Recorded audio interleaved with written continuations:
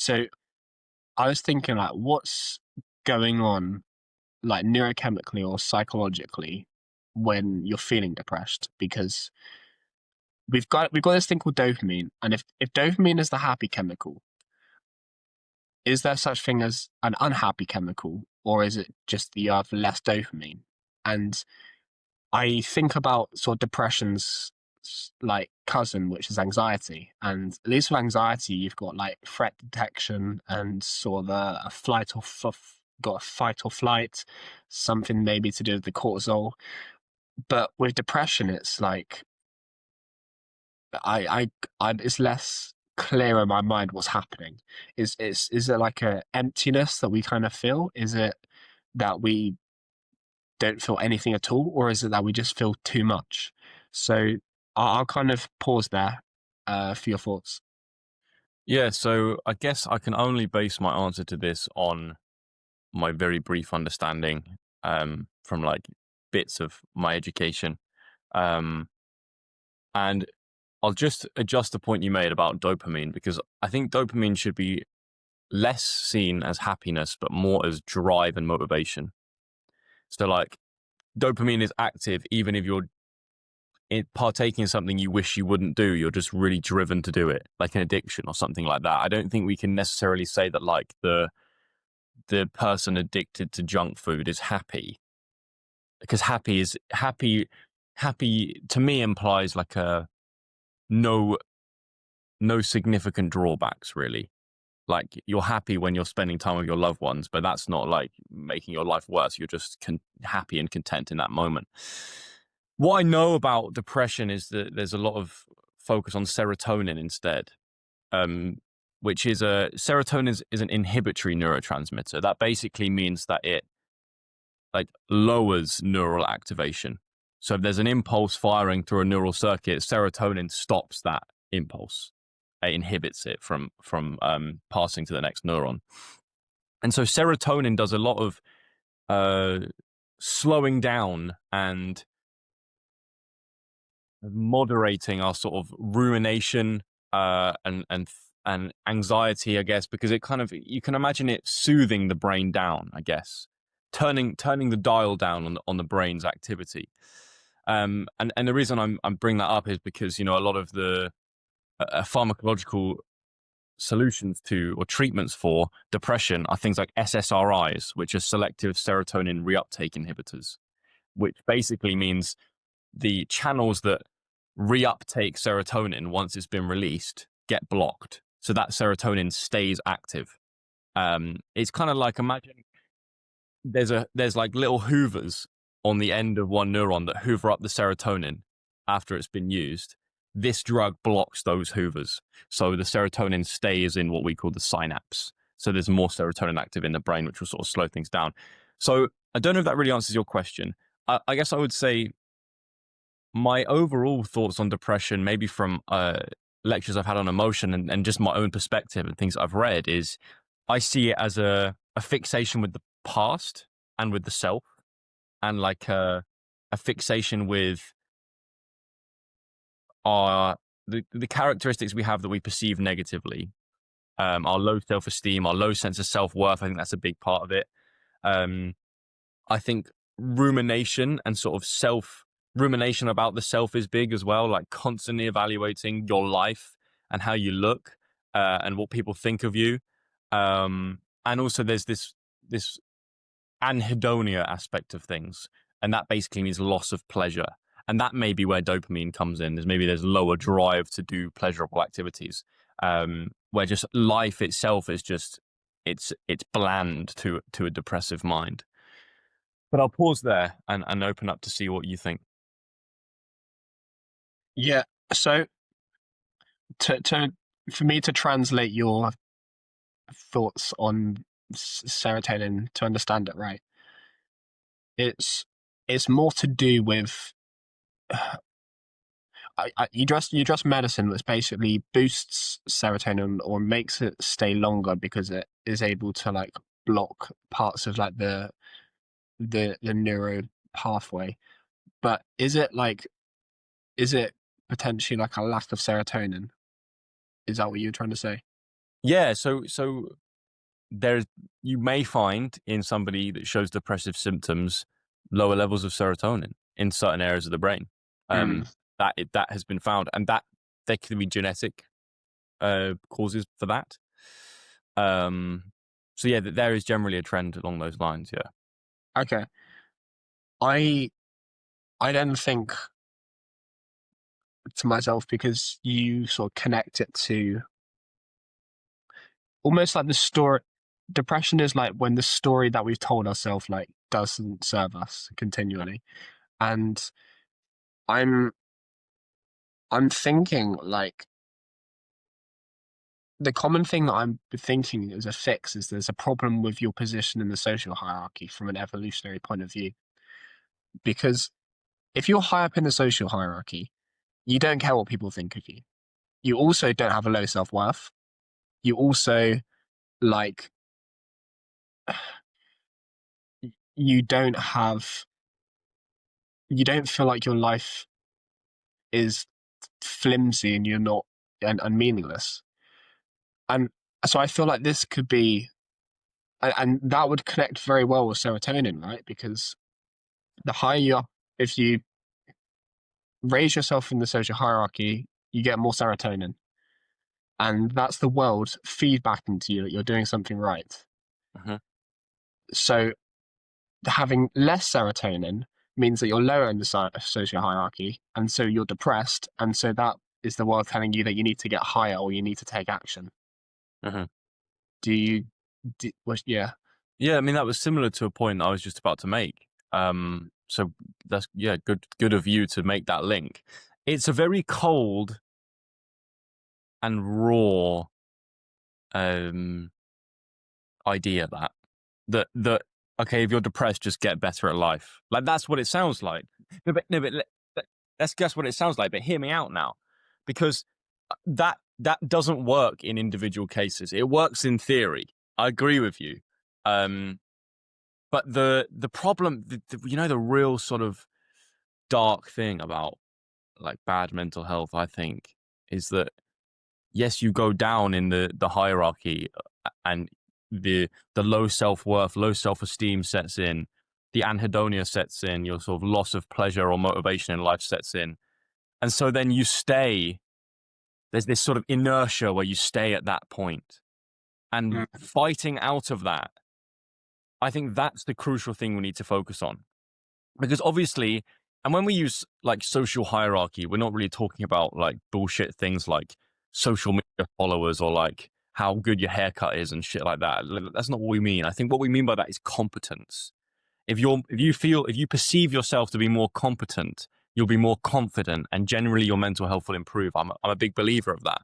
But the point we need to focus on is when somebody is really struggling, that advice doesn't help. It will just piss them off, to be honest with you. Like how do you drag someone out of the ditch, like psychologically, and get them to live their life again with energy and enthusiasm? Because when you're in that like anhedonic, depressive state, the drive to get out of it, there may be thoughts of it, there may be, a nice idea of getting out of that, but the actual the energy, the motivation to go is just not there a lot of the time. I'm obviously mm, generalizing here, but I think these are important discussions to have.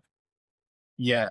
We've got the guy that's like normally all right and has had is is put into chaos. And for him, the advice of get more competent applies a lot more because I synonymize competence with responsibility if people want to think of it a little bit differently. And so by putting on responsibility, you kind of allow for competence and your self worth kind of goes up because you're more needed and wanted. Now, it's kind of like I know a guy in uni who recently had a breakup, and his solution was to take the gym seriously and to take his religious pursuits seriously, and that worked really, really well for him. Mm-hmm. But I also know, I used to know a guy who, uh, the other form of guy is this person that has it maybe from birth or has continually like struggled with it, and Yeah, I used to know a guy who said to me, just getting out of bed is a good, can be a good win for someone who's depressed. Hmm. And I was like, whoa, there's people that those people exist. Uh, and so I guess like you kind of, I think we can take still like this idea of responsibility and competence, but put it in just small little wins for these people that getting out of bed is a win. Yes. So, and that's Peterson's whole thing of like tidy your room, right? That can be that's what I think you can start to do, and maybe there's an upward kind of spiral that occurs from small little wins when you're chronically depressed. Yeah. So I think I'd take the same kind of things that help you get out of that from the normal person who has been put into chaos temporarily, and I'd take that to the person that's more chronically depressed. Yeah, I think that's not a bad idea. I think a lot of it as well is because there's the tendency to ruminate and compare yourself to others, that small wins are so minuscule compared to what we may see online or we may perceive others are doing, that it's like those little wins don't do anything for our mental health because they're not even considered to be wins. You know, if you're seeing, if you tend to be somebody who's like spends a lot of time in bed doom scrolling or on social media and stuff, you're going to see people at the heights of experience. You're filled with that because that's what gets clicks and gets views and holds people's attention. So the idea of getting out of bed, taking a shower, and having a healthy breakfast, you don't even consider it to be anything. But in a way, we need to. But I think a part of that, a necessary part of that, would be a cleanse from the outside world in terms of social media, especially. I mean, I don't have social media now because I know it's terrible for my mental health. I I'm interested in your thoughts on, or at least like if you know anything about the other solution of like kind of medicating yourself, or because I link that with a kind of rewiring of your brain. If your brain is dissonant, then is there a way to like rewire it and so that you're kind of happier? Because then I also link medication along the same lines of drink some alcohol and your head would be better, or which I don't think is a good solution. So yeah, do you have any thoughts on that? Yeah, I mean, obviously, it's been part of my thoughts due to studying psychology and due to like family related things as well. It's been a relevant topic over the last few years. And obviously, I don't agree that these things should be something we're on for life. But unfortunately, that's the predicament a lot of people find themselves in.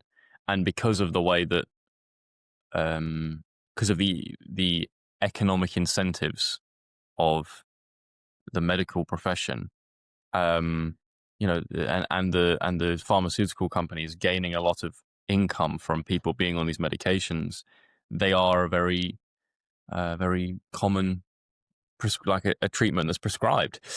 I would say they don't rewire your brain.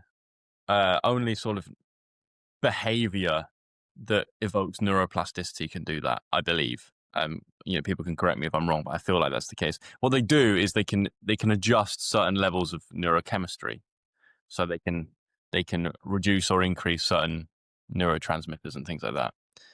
But they all come with side effects, and that's the dangerous thing. Whether it's mood swings or weight gain or lack of motivation or uh, problems, hormonal problems. Like literally, there are a multitude of different side effects to these things, and that's why I would like step into that world with serious caution.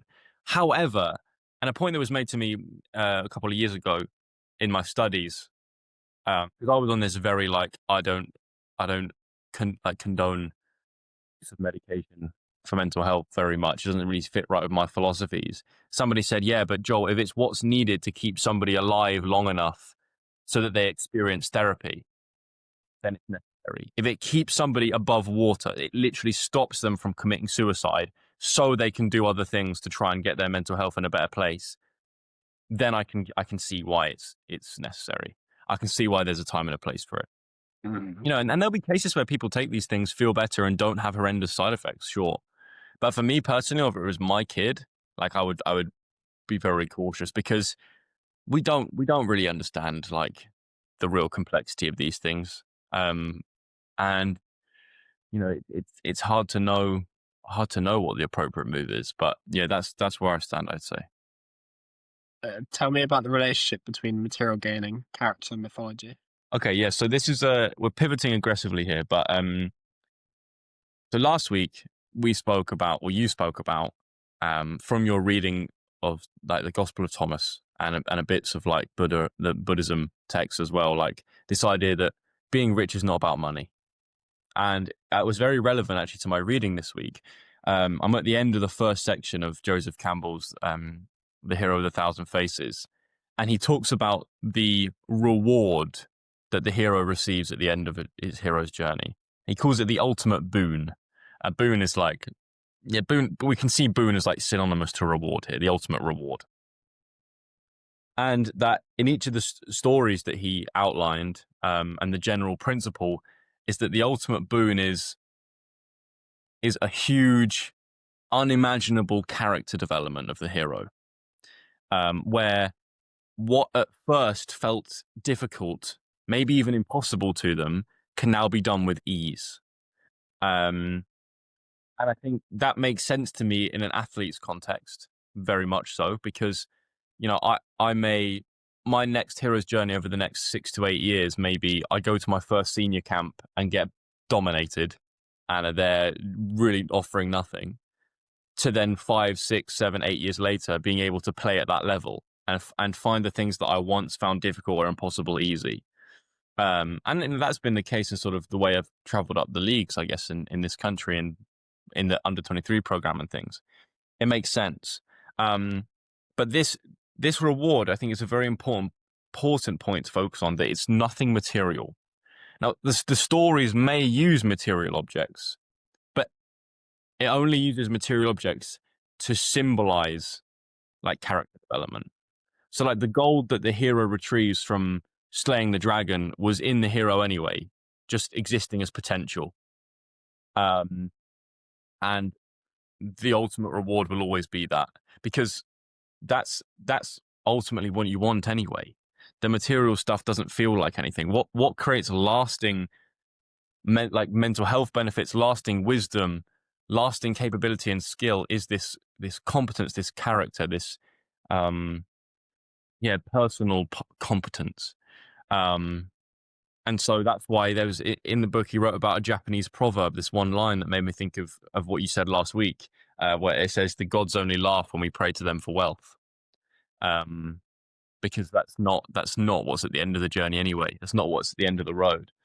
And I'll finish with this final quote from Joseph Campbell, which I sort of broke down a little bit, where he said, the boon bestowed on the worshipper is always scaled to his stature, which I thought just means character, and to the nature of his dominant desire, or his highest aim. So the boon bestowed on the worshipper is always scaled to his character and to the nature of his highest aim.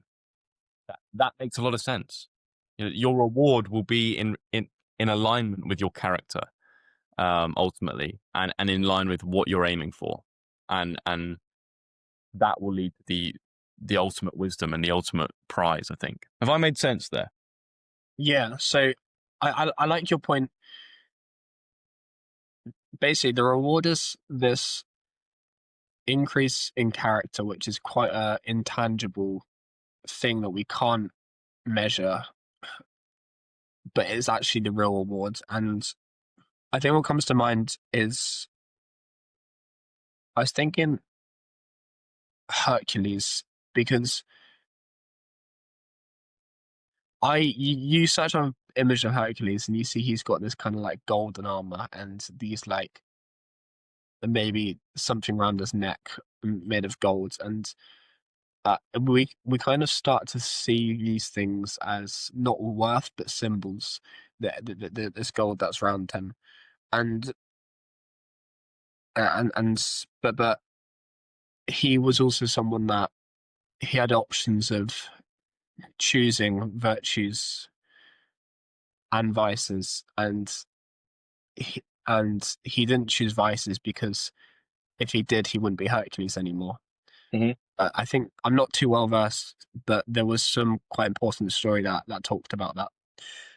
I also thought about gold medal syndrome, which is basically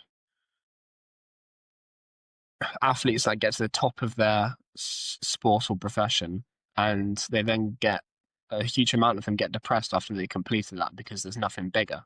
And I Mm. was thinking that the reason that exists is because there's not another hero's journey after that. The hero's journey actually does come to an end. And so maybe the answer is to then pivot into something else, something that you're like, if you've done, it's like how Gareth Bale like got really good at football, retired, and now he's playing golf. It's that type of thing. You go on to play golf. So I think that's my immediate thought. So I was trying to think of more examples of stories that maybe had this like show of character after they'd done something. I think the one you pointed to with a hero going out, slaying the dragon, getting the princess, and getting the gold, I think is a very good one. Mm. Uh, maybe, yeah, that's an interesting thing as well. Alongside this, is like maybe they get the goal as well as the money. But maybe that's like more of a sort of symbol that they're competent enough to do that. I So think that's it my is. I think it is because if dragons existed, why would they hoard gold? That doesn't do anything for the dragon. I think it's all if we view that story as purely like what the symbolic meaning right now. The hero faces a dragon, which is the ultimate fear, the ultimate predator, the ultimate monster. It can fly, it can breathe fire, it's got massive claws, like it is the epitome of fear. And the hero slays that and earns gold, which is wealth. But we've addressed here clearly that wealth is not money. Wealth is character. Wealth is wisdom. And then he gets the damsel in distress in the tower. Well, that just means you're at the top of the hierarchy of attraction. You it doesn't necessarily mean that you like steal the lady at the top of the tower that's been trapped there. That doesn't happen either. Like, why would a dragon? Why? But this situation is so absurd. It would never actually happen in life. What that represents is, oh, you will get your greatest gift, which will be wealth in the form of character, and be attracted to, the opposite sex, and be able to attract a mate and settle down, which is part of the ultimate, human story. I want to talk about gold medal syndrome in a second because it's important that you brought it up, but I want to linger on something specifically that I said. I don't think I put enough focus on it in when I first posed this, and it's this idea that what initially was difficult becomes easy, and that you say that the character development in this ultimate reward is quite intangible. I think the only way to measure it and experience it is through that, where the beginning of if you imagine the hero's journey, that cycle structure, the circular structure, at the beginning when you first enter the unknown, the trials and tribulations seem impossible. And by the end, by the point that you've been through the death and the rebirth, and you're coming back into the known world, those challenges that were once perceived as insurmountable can now be done with ease. And there's an important focus there. One is that then can lead you down quite a dark path, and you can fall into the trap of the King Midas mythological story where everything he touched turned to gold, and he lost touch of living his wasn't able to live his actual life because he he felt like he was he strove for that wealth of everything he touched turned to gold, and he thought he was a god basically, and then he realized he couldn't eat, and he couldn't um he couldn't hold the hand of his daughter, etc., etc. But it's okay if you then go into another cycle, and if you don't just settle with that. And that brings us to that point on gold medal syndrome. It's interesting, isn't it? Because I was literally yesterday talking to the personal development and like lifestyle practitioner lady at uni yesterday, and we were drawing a comparison between sport to an athlete and God to a religious believer, and how to an athlete their sport can be seen as their faith and their God, because you're aiming high and it's something bigger than you, and it's something you have to do every day, like a ritual. to worship this thing with a concept, whether it's golf or basketball or football or gymnastics or whatever, you're in a community with other athletes, whether you're competing against them or in teams with them, and there's very clear rules about how to be good at that thing, how to be a good basketball player or a good gymnast or a good, I don't know, snooker player or whatever. And you show up to that thing every day, just like a congregation shows up to a church. But then when you retire, it's not just that you lose the thing you did every day, but it's almost like you lost your sense of meaning, your sense of purpose, and I would argue your faith in life. I think there are many of the same characteristics exist in those two places. So, yeah, I've rambled a lot there. Tell me your thoughts. So you, just to confirm that you think that winning sort of like a gold Olympic medal could be synonymous with like their god. No, what I mean is retiring after that point is like losing the faith that like grounded them in the world. And that's why it feels so weird. Because it's like if you go for one gold medal and then you strive for more, well, you're still doing this, you still be training as hard because you have that hunger to get more. But if you retire, I'm talking about retirement, I guess. If you're done with that sport, that's when you lose you lose the significant source of meaning and purpose in your life. And I think that's where gold medal syndrome comes from. Right, because a lot of people, yeah, like as you said,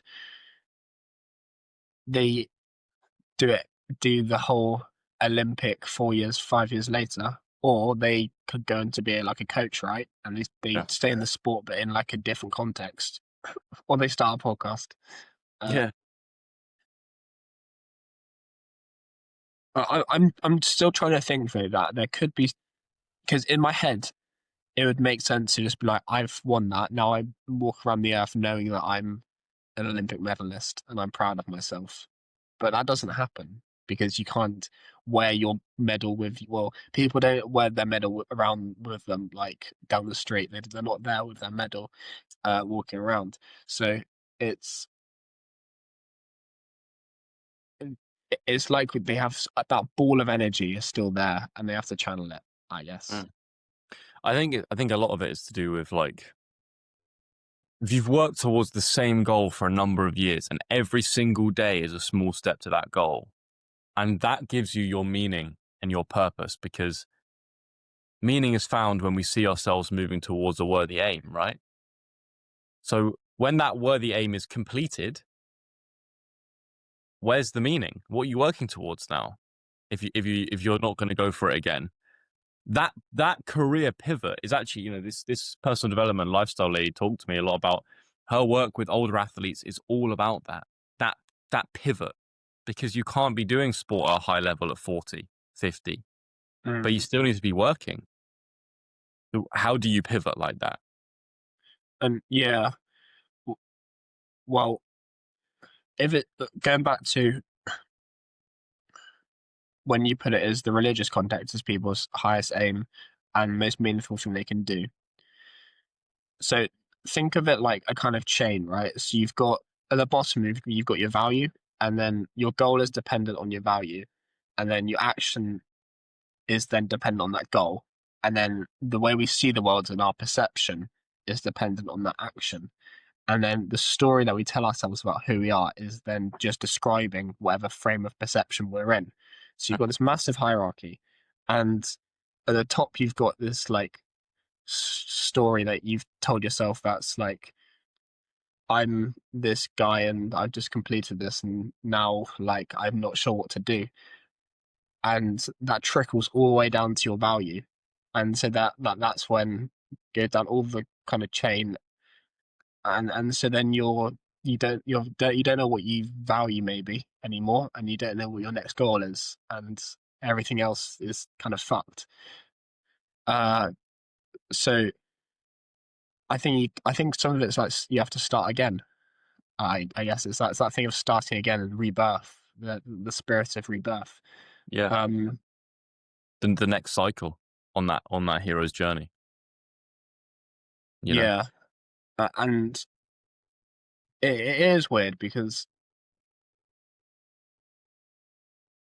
like why I'm kind of synonymizing the gold medal with the gold that the dragon hoards. Like, why would a dragon hoard gold? Why would a dragon hoard a little princess?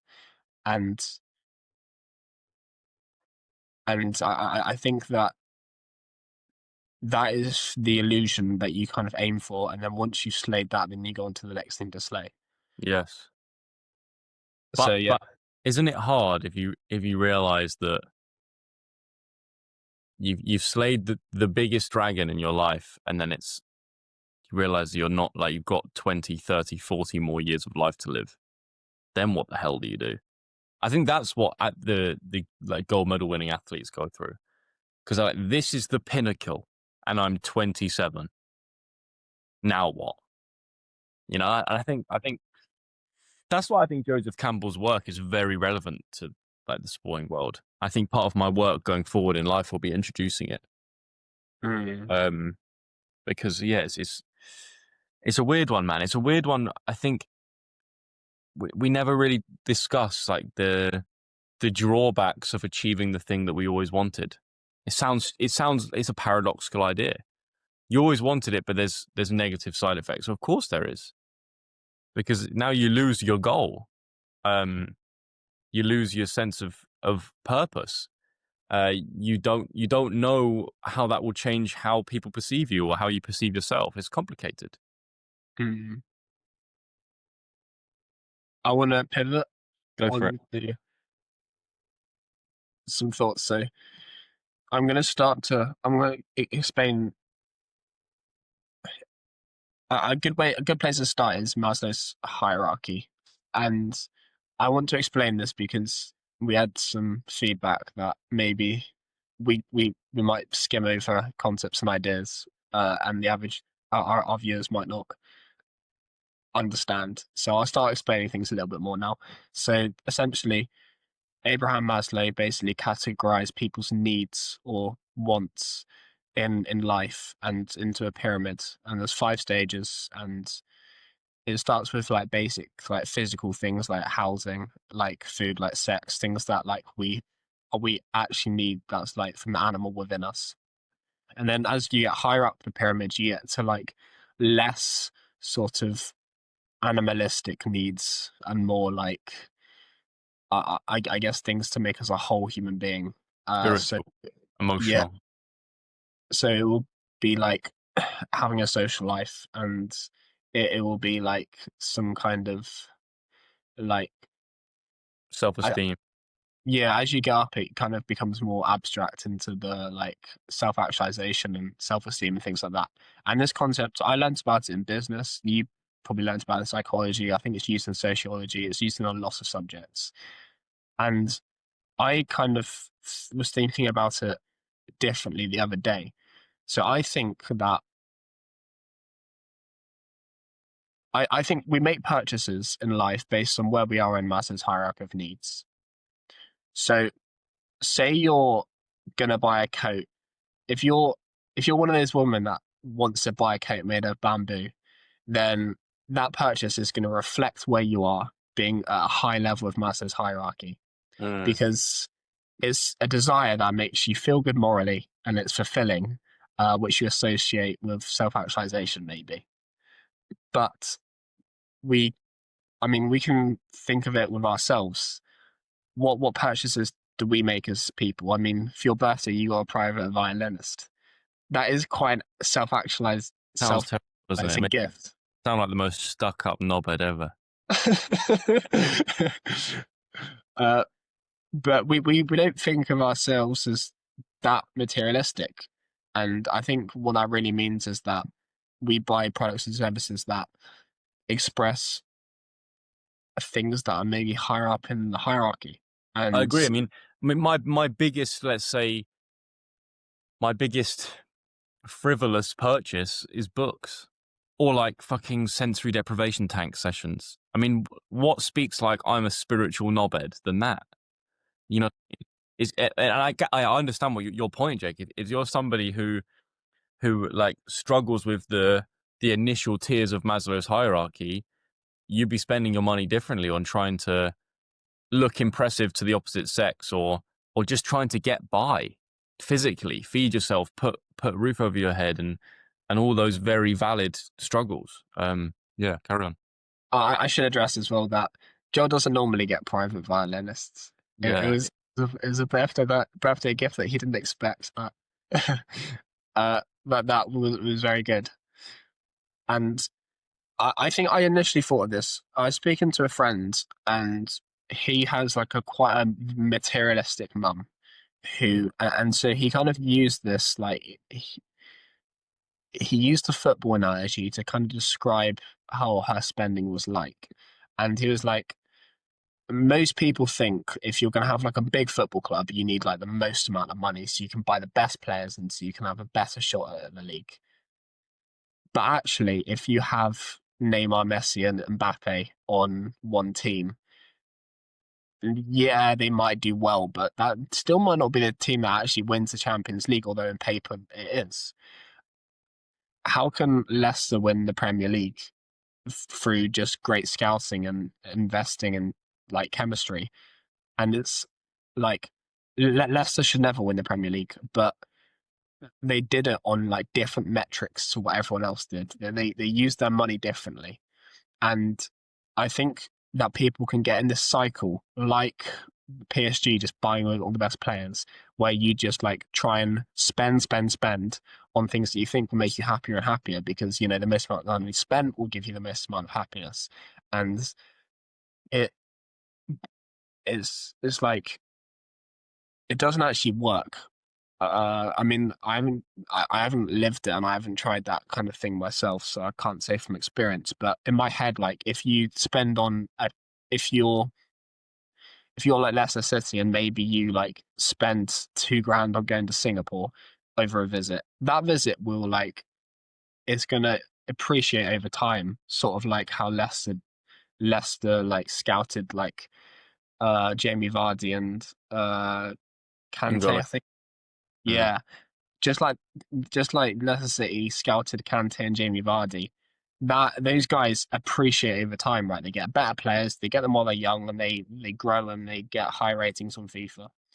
And so that's I think how we should think about money. How is that going? How is that thing going to like appreciate over time? Yeah, I Uh, like that. and it's Invest in your mental health like 2015-16 Leicester City, like not like 24-25 PSG. yeah. Uh, and I think that's so I think some of that's to do with like the hierarchy, but to kind of go deeper into that, I think our interest generally in the world is is reflected by where we are in Maslow's hierarchy.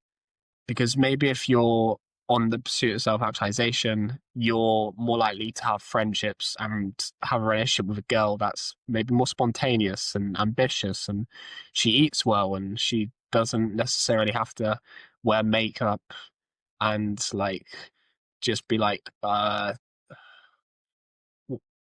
what's that word? Not flexing, but like um I don't know, I guess like triggering that she's I don't know. Signaling? Signal that's literally the word, yeah. That maybe she's not signaling all the time. And I also think Maslow's hierarchy is like a funnel where like the higher up you are, the less people that are or like you, the less people that are that high. And so the biggest markets are gonna be at the bottom, which is like your food, your junk foods, like housing, but also like male loneliness. And I think things that like I don't know the porn and OnlyFans market's massive, and so I Mm. think these markets are always going to be big, and everyone's like a lot of people that maybe are like still like have on paper have a good life might struggle with one of these things. They might still struggle with loneliness, and so they have the money to then spend on that big, and it yeah it makes you think. But I'll stop there in case you had any thoughts, and then I got a little bit more. Well, I like this idea that it's a filter, and as you go up, the lower the number of people that are with you. and you can expand that to going all the way up to self-actualization. Once you're at that point, that is manifesting your unique self with a capital S in the world. And that's only you at that level, because only you can do that. Only you can manifest your unique self in the world. And I think what the point you've made is very, very true. This the sort of highest volume of people on these lower rungs of the hierarchy, and their needs then relate to what consumer behavior is, and then what is sold to people, and I guess how like my purchases now are about like things like knowledge and wisdom and self work, which you can only I'm blessed to have for that to be my interest. Like, we don't think about that a lot. What we're motivated to do and what we find interesting, if it's those more abstract self-related things, that's a blessing because you're lucky enough to not be worried all the time about how you're going to fucking survive. Um. So yeah, carry on. Very, very true. I think I want to caveat that I don't want to sound like a knobhead saying that me and you are both self-actualized. I No, we're think not. I think we're on the way we're trying to be, and Yeah, there are things on the lower pyramid that I maybe lack. It's just that I might have seen myself with a bit some. I know basically I have a bit of different things on the pyramid, I like agree. But I think everyone does. I don't think it's as clear as that. But I think generally the ability to think about your own self, like self worth, is a gift. That's one realization I had in a psychedelic trip like last year was, oh, my problems are really fucking privileged problems. And like, I'm not rich. I come from like a single mother household on benefits growing up. My mum had two disabled children, and I'm that's that. I'm not saying I'm super wealthy and that tier of the hierarchy is finished for me. It's very much not. But what I struggle with mentally is like, oh, my self-esteem and self-worth and my lack of knowledge and all this. And I realize my problems is privileged problems. I should be actually grateful for them. Yeah, carry on. I I wanted to introduce something else into this theory. So 2-3 weeks ago, when we spoke to Angelo Summers, he had a thing referring that overcoming the obstacle and looking at the obstacle from a telescope is not the same thing. And I think we've both noticed this as quite an interesting thing. And but basically what that means is like, say you like want to,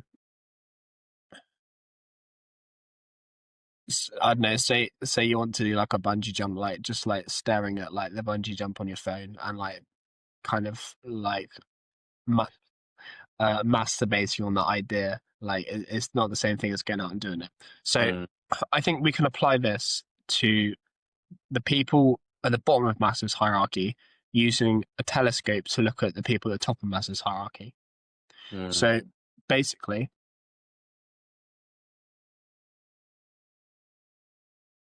I think of something like, let's say like a really like meaningful platonic relationship is going to be higher up on the hierarchy, but the people at the bottom are using OnlyFans and porn to be able to get an alternative to that mm, meaningful relationship. And the thing is, that alternative is like, it's been designed and it's been optimized so that it's like really compelling. It's compelling enough not to go out and to go and try and do that. So it's almost like a lot of people will just like, because the products at the bottom of the hierarchy are so good, that is like, why go out and have a real relationship? Well, when this is like extremely like convenient for you. mm. And it's like I had this weird interaction at the gym the other day. There was this guy at the gym who's like, I could tell he was at the bottom of Maslow's hierarchy, and That's so common. but he was asking like, he was asking, do you guys go uni? And then we were like, yeah. And then he said this weird thing, right? I was with my friend and this girl that is a friend of my friend, And he was like, "Is it true that when you go to uni, you automatically lose your virginity? Is it true that when you go to uni, you automatically lose your virginity?" As the Whoa, third thing that he said to us. whoa. How old was this Um, guy? he was he was 1920, yeah, Okay. around 1920, and it's like, what type of guy sexualizes the conversation that early? Mm. And That's and some that Freudian like sexual like hyperfixation going on there. yes, yeah. I don't like anything about that question because that, first you told me that you've got such a fried brain from all the video games, the Netflix, and the porn that your perception of romance is so like dissonant that like you're just looking at sex, like you're looking at romance through a telescope rather Yeah. than doing the work to actually get there. Yes, And or maybe a better way of thinking about it is a magnifying glass because you're like looking at the a small detail which is purely sexual gratification. You're literally so like possessed by your pleasure principle that that's all you perceive it to be. And so you don't see the larger image, the actual like you don't see the extent of the obstacle and the self work and the competence and the confidence and the time and the patience and the morals that would take you to get to actually surmount the obstacle. You're just seeing like part of the reward at the end of it, and you don't even give a shit about the girl that you're with or the person that you're with because it's just about satisfying your own little pleasure seeking ego. Yeah, dark, mate. Dark. it was dark. And a magnified glass is the right way because also with that phrase, you're basically telling me that you're a virgin. Like and you're and you're telling me that you are, yeah, at the bottom of Maslow's hierarchy. Now, I then want to link this to J.R.R. Tolkien's famous letter to the son Michael. Now, I hope I read the right edition because I I don't I didn't expect there was a lot about desire about in that letter, sort of warning with desire, and so I'm not 100% sure I read the right letter, but in that there was like references to like if a man's dealings with a woman are purely physical, then they can um then like there's going to be essentially if a man's dealing with women is purely physical, then there's like great damage to your soul and also theirs. And I think Mm. that's a good kind of. I think he words that very well. It's like the guy at the gym. He doesn't have much soul with saying that. It's like purely like bodily, Bro, and it's basically his penis talking. um, and in the letter, there's this.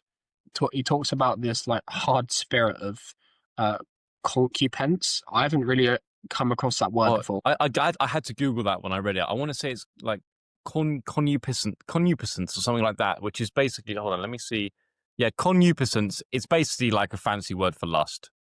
Yeah, and he kind of says it walks down every street and lives in every house, and concupence is a desire that like it pulls you towards actions that aren't rooted in your values. That's the definition. And I think that was just like some extra context to describe um someone at the bottom of Maslow's hierarchy. And so before we sort of think about a solution, I think yeah, if you can provide some more context about that lesson, that would be good. And also if you had any other thoughts about like uh yeah, what I just mentioned. You cut out briefly at the end there, but I feel like I got the gist of what you said. The I like the comparison of like comparing.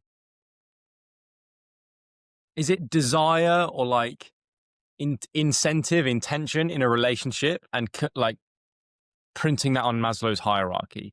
And like at the bottom of that hierarchy, you have the the pure animalistic drive to like reproduce. And that motivates many people's, whether they realize it or not, whether it's conscious or unconscious, that motivates many people's like engagement in the dating world. You go on Tinder and it's full of human beings that are just on that first stage of they just want to like have a sexual interaction with no strings attached. They probably don't even give a shit about that person's personality or who they really are. They're purely just a vehicle for them to receive pleasure. And as you go up that hierarchy, you then, maybe you want to date somebody and get to know them and start building an emotional connection. And then you go up and up and up. And maybe at the top of that is your soulmate and marriage and living together and spending your life with that person and a spiritual soul bond, which is my belief of what marriage and relationships should be. But the higher you go up that hierarchy, the more difficult it is to do, like 100%, and the less convenient it is, because the higher you go up, like the more self-work you need to have done to really connect with that person and to be vulnerable and to be patient and to manage their emotions and your own reactions to their emotions and all of that. And I'm going through that in my personal life over the last few months as things become more serious in my own relationship. And it's a complicated thing. Now, Tolkien's letter, let's linger on that for a moment, because I do like it. It has some controversial parts, but I don't think they're necessarily controversial if you explain them enough. I think if people take them at face value, they sound very, very wrong. But I've actually got it saved in my Notion. So if you bear with me a moment, I'll find it, and then I'll find the bit that I particularly like that has helped me. But he basically talks about, like, overall that relationships are, they're about like the joy you get from being around the other person and things like that. But the difficulties of a relationship, which are a part of the process that everyone will face, the bumps in the road, are there for your own personal development as a human. Like, you become a better man or woman through the self-work that you have to do to be a good partner in the bad moments as well as the good. And he basically talks about the natural drive, especially for men, to want multiple sexual partners, this like polyamorous natural drive we have, and how we'll always be a part of us to be questioning whether the grass is greener and all that kind of thing, and how the will and the discipline, let's say, or the commitment, to use a better word, that we have to show to be with the same person and marry loyally and stay away from infidelity and be patient and open to that person and vulnerable with that person for potentially a lifetime, that will and that moral power is part of the benefits of being in that relationship. Does that make sense? Yeah. So just for context, that was a letter to his son, right? And that's Yes. kind of why it's so famous, like, out of all the letters, because it kind of hits hard, that like father-son like dynamic. Yes, yes. And I'll read to you a passage of this letter that I've like emboldened on my thing that I really like, which you may have read, and it says, "No man, however truly he loved his betrothed and bride as a young man, has lived faithful to her as a wife in mind and body, without deliberate, conscious exercise of the will, without self-denial. Too few are told that, even those brought up in the church. Those outside seem seldom to have heard it. When the glamour wears off or merely works a bit thin, they think they have made a mistake and that the real soulmate is still to find. The real soulmate, too often, proves to be the next sexually attractive person that comes along, someone whom they might indeed very profitably have married, if only. Hence divorce to provide the if only. And of course, they are as a rule quite right. They did make a mistake. Only a very wise man at the end of his life could make a sound judgment concerning whom, amongst the total possible chances, he ought most profitably to have married. Nearly all marriages, even happy ones, are mistakes, in the sense that almost certainly, in a more perfect world, or even with a little more care in this very imperfect one, both partners might have found more suitable mates. But the real soulmate is the one you are actually married to. You really do very little choosing. Life and circumstance do most of it. Though if there is a God, these must be his instruments or his appearances." I love that. That's This so idea, good. this idea that we look around thinking we need to find the right person. The right person is the person that you become right with together. Because all these ideas of like, oh, are we compatible, and beyond the very simple stuff like, do you have shared beliefs about like the world and stuff, and do you both want kids, or do you both want to get married, or whatever. It's then about personal development within the relationship. I think. I could be wrong. I may listen back to this in a couple of years and think I sound like a stupid 21-year-old that doesn't know what he's talking about. But that idea that, if anyone tends to look and think the grass is greener, it's always often like just you're being possessed by your pleasure seeking ego. And that's not, if you're in a terrible relationship, you need to get out of it. Of course, that's a different case. But if you're just purely like, the mind just lingers like it does, and it questions things. But the morality and the virtue that you build being a good partner in a relationship is part of the reward. Mm, yes. I don't know the infidelity or divorce stats, but because I'm trying to understand what Tolkien.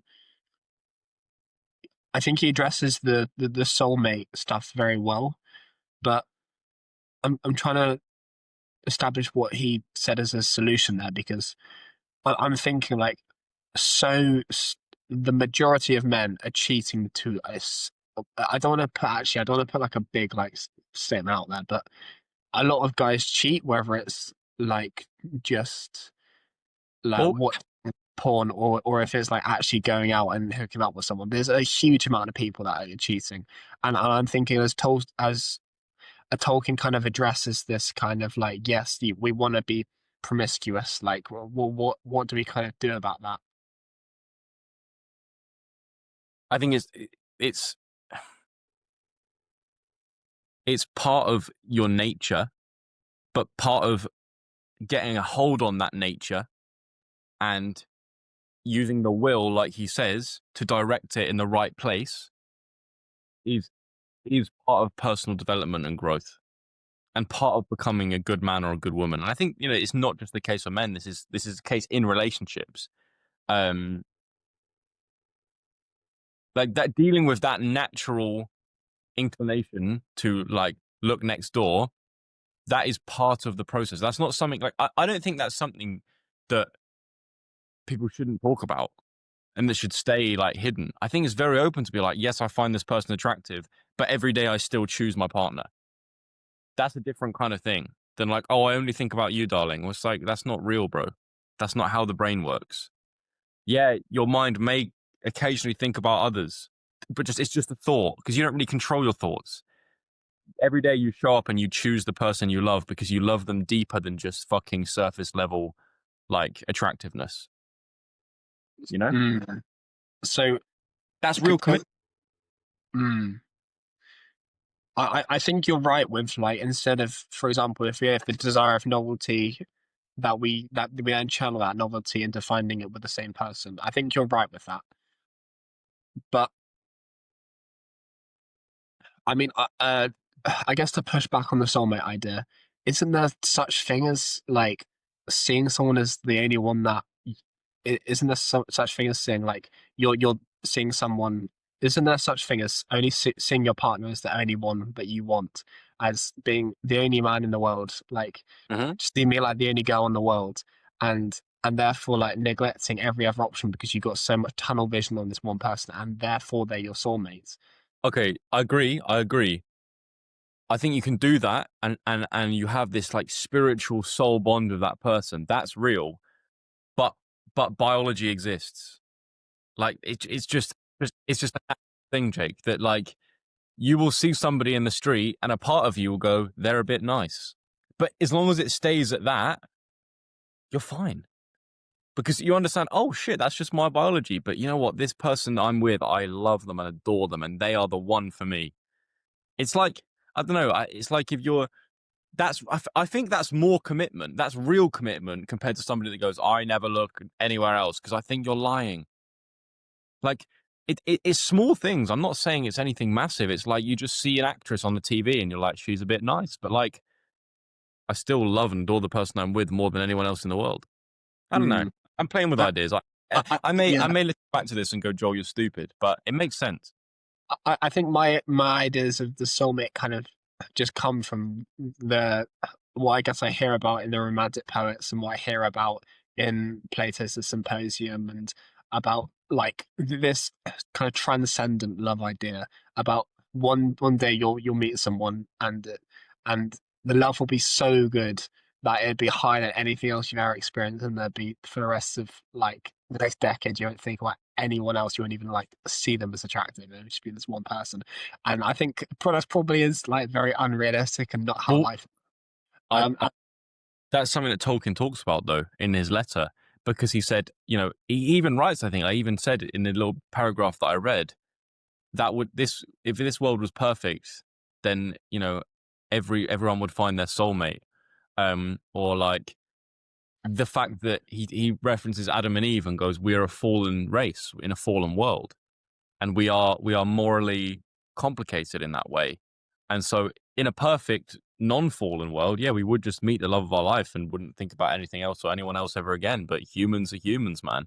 They breach moral guidelines. They commit evil acts. They hurt people. We hurt one another. And so that ideal is hard to find in this world. Yeah, actually, no, that is a fantastic point. That is a fantastic point because that love that I just described there, that is like love that you're going to neglect everything for. You're going to stop work. You're going to stop like any other responsibility just to experience that love all the time because it's so Mm. perfect. But I have to bring in Dostoyevsky and say like, if the world was perfect, the first thing you do is start smashing things up so you can see some imperfection. And I think that's true for love. And wouldn't that love, if it existed, wouldn't that just be eventually intoxicating? Almost too much. Mhm. All you do is just like you wouldn't. Would you face hardship in your life again? Would you be motivated to, like you say, to work and have a career and provide for the community and acquire resources? Or would you just like lie around just gratifying yourself? And I don't know, like something that an ideal that good, do you really want that? Or is it just going to intoxicate you like a sort of constant ecstasy? It's like the when Pearson talks about like the retirement ideal of being on a beach in the Bahamas with a pina colada. He's like, how many pina coladas are you gonna have? No, 5 or 6? And then what are you gonna do? You're just gonna fall asleep and you'll feel like a slob. He's like, if you actually carry out that ideal, what does it actually look like? Not good. I think I had that idea because I think it's what we're really being fed because love is a big market, right? And so, for example, just like love songs, like all these massive pop love songs that promote this ideal, and so we're all growing up with this kind of ideal, whereas love is this imperfect, and so I guess taking Pearson's idea, okay, say you meet the love of your life and you spend every day to in this like platonic soulmate relationship. Mhm. Okay, what happens? And I think it is that okay, so you start spending every minute together and you start chilling in hammocks and just like going on for walks and doing activities. It's like, how long are you going to do that for? And it's like, okay, what about when so when your friends start to ring, it's like, okay, you don't pick up. When you run out of money, what happens then? And Mhm. then it's like, it's not even a practical idea. Yeah, what happens when one of you is in a terrible mood and then you find the other one really irritating? You still love them, but you find them like that. That will eventually happen. Um, I like that. Yeah, yeah. What happens when you run out of money? What happens when your best friend calls you and you don't pick up for 2 weeks? What happens then? And it's a part of John Paul Sartre's hell is other people because also an interpretation of that phrase hell is other people is that when you die in hell it's not just you there, it's other people, and it's like how long for eternity can you tolerate that person just being around someone for just like even if you like them but just like being around someone for like years and years and years and years and years just in this tiny box of hell, that is hell. So Well, you could say a good marriage is heaven yeah. and a bad marriage is a hell. You know, mm, mm, and I like the way that Peterson talks about his marriage a lot. That it's a lifelong compromise to commit to one another and love one another and weather the storms of life together. That's nice. That's it there. Because like Tolkien writes, perhaps the romantic the romantic spark fades, but then it's about commitment and about virtue and about deeper love, spiritual connection, real bond, mm. children, stability, you know? Yeah. um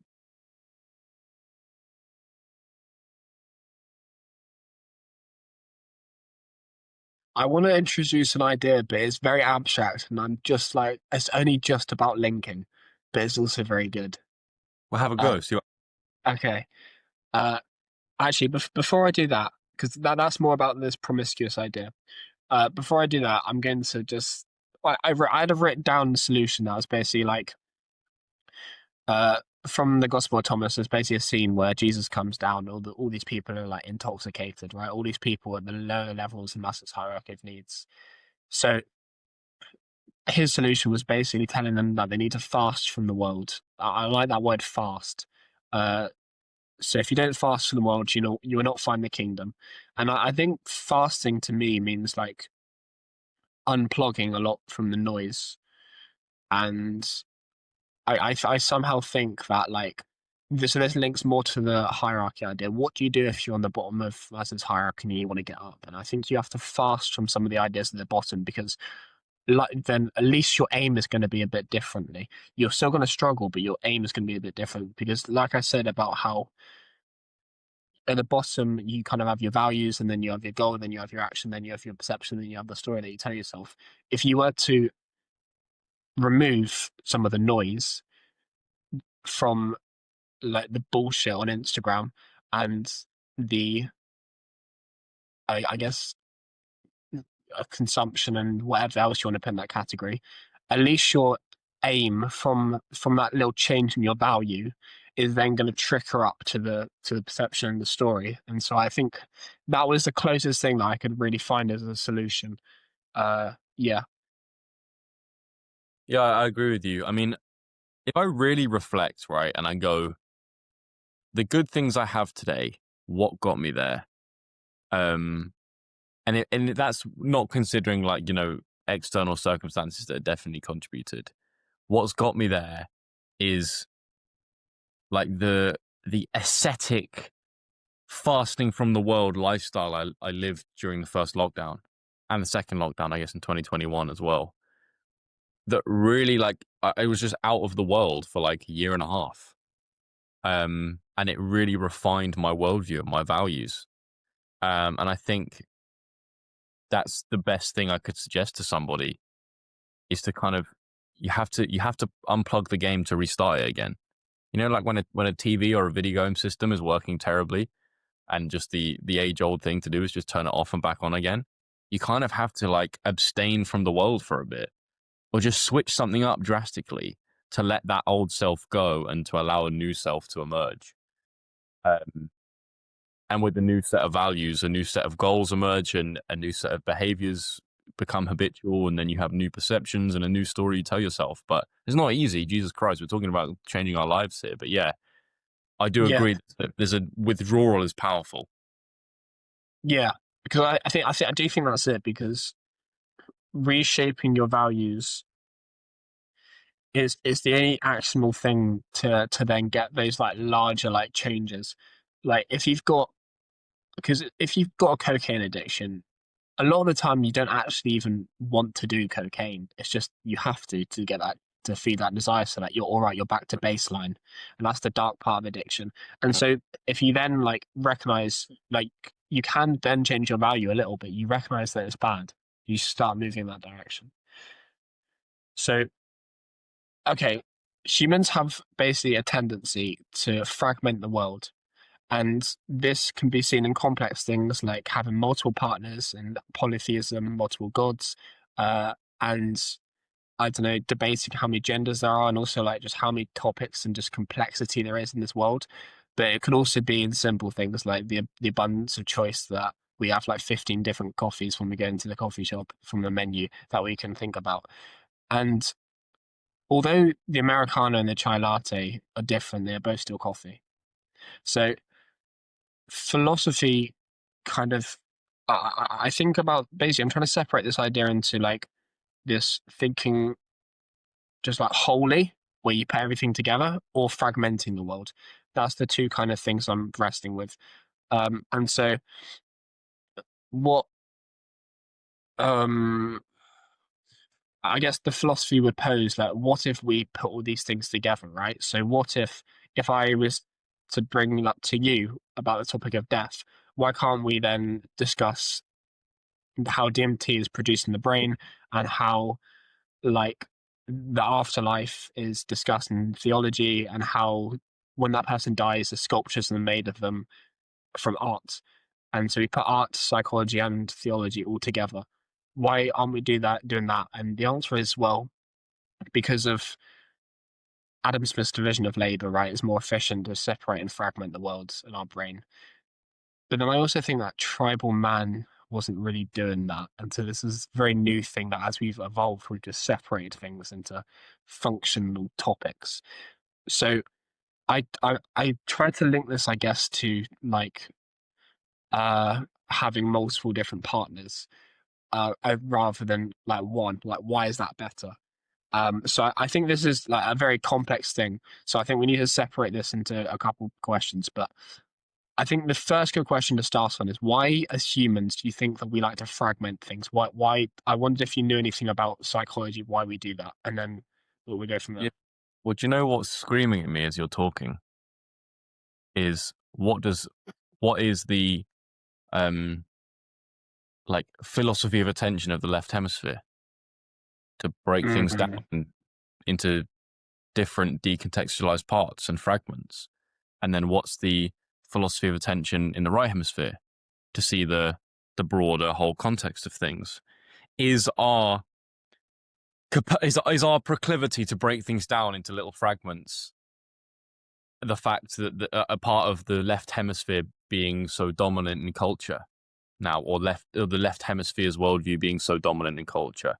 That's what pointed out to me when you were talking about that, and I do think you're right. You know, we have so many choices. We split things into as much, into as many small parts as we can because that we feel that's more manageable. Or people, yeah, like the idea of a divine divinity has been fragmented into different religions, and in those religions there's different denominations, and they practice things slightly differently, or they believe in something slightly differently, or even down to your mundane example of just drinking coffee or food choices we have. We just break it down, and why do we do that? Is it because we like detail, we like specificity? But yeah, what pointed out to me massively was the left right hemisphere conversation going on all over again. Yeah, and I think then the harder topic to grasp is then to I think I think you're very right, by the way. I think I didn't think about that. What what do you think about this abstract idea of just mixing like all these fragments together? So you mix sort of all the academic topics together. You just only have and you just have one topic that for instance we could bring up what happens life after death. We talk about DMT being produced in the brain. We talk about the afterlife. We talk about making sculptures of that person afterwards, rather than just separating it into just a big topic about into different topics. And then it's like, what about we just have one coffee that we don't have a chai latte, we don't have Americano, just one standard coffee. And then it's like, okay, what I mean, we only have one woman, or we should do. But why? I mean, do we have to have like the novelty of having uh like you got one partner that's dark skinned, one partner that's Asian, and whatever. And but we only have one woman, and so yeah. Do you know what I'm trying to ask? It's like, why have we with some things chose to just have one of it, like a woman, and then other things we've just fragmented loads of, and then when should we like fragment things, and when should we just have one? Yeah, it's It's a difficult question. I think when we're seeking to like break things down and understand them scientifically, if we want to incorporate the strengths of the left hemisphere, that's when we break things down. And in science, in the pursuit of knowledge, I think that's right. I think that's why we separate psychology from biology and sociology, and we separate art from philosophy, because we want to break those things down to the most fundamental components to really get a grasp of what's going on. But then maybe when it comes to more meaningful things like the love of a partner, or I don't know, the way you think about the world, your sort of philosophy of life, and your worldview, you do want it to be that right hemisphere, whole context, larger meaning, one thing. This is my one person. This is my love. This is my belief. This about the world. This is what I think life is about. This is what makes life meaningful to me. We move from not the pursuit of knowledge to the pursuit of meaning, maybe. But I do think we would benefit from a to make a separate point. I do think we would benefit from a decision fatigue, cognitive overload perspective if things were a bit more simple. Like you go into the coffee shop and you can order coffee. He does the same job, you know, just one thing. Or like socks they're just very simple. You know, you can get white, black, or red and blue or whatever. I don't know. I do think a lot reducing some of the complexity in decisions would be nice. I guess that's minimalism, isn't it? That's why people become minimalists, because they like that. They like that simplicity. Would you say you're a bit of a minimalist? Yeah, I am. I wear pretty much the same clothes. I do pretty much the same things. I eat I eat the same things. It's just No, I think you've made my chaotic thoughts quite orderly there. I think you can, because love is a right hemisphere thing, right? So yeah. you're gonna want it to just be very whole. Whereas ordering coffee might be like, I don't know, is coffee a left hemisphere thing? I don't I know, man. Depends. but I think it is due to the hemispheres. I think that's generally the conclusion that we can come to. I find it interesting that we can bring in new theories from different places or new thoughts we've had, and they come back to something we discussed before. Like I feel like in the 120 odd episodes we've done, the things that continue to recur, they're like the overarching themes in our body of conversations, and they're like the most powerful and most salient topics. And I look forward to the day when we've done 1,000 episodes and we can draw out what are the most key themes that we've learned. I think especially episodes like this today, where we had a couple points, but we've managed to talk for an hour and 20 minutes and it's gone here, there, and everywhere. This is literally us figuring out what we think about stuff just publicly. And it's an interesting. Yeah, it is. Well, I hope everyone enjoyed this one. For me, I can't see how long the record is, so an hour 20. Fair Yeah. play. Yeah, I hope everyone enjoyed this. If you do have any thoughts, then leave a comment. We are now on 60 reviews on Spotify. I think Angelo one got quite a few reviews, so we're closer. We're now another step closer to 100. So if you haven't left a review, please do. And yeah, let us know what you thought about the episode. But I think we've had some new listeners as well, because I've had some comment. You can all do comments on Spotify, right? And Really?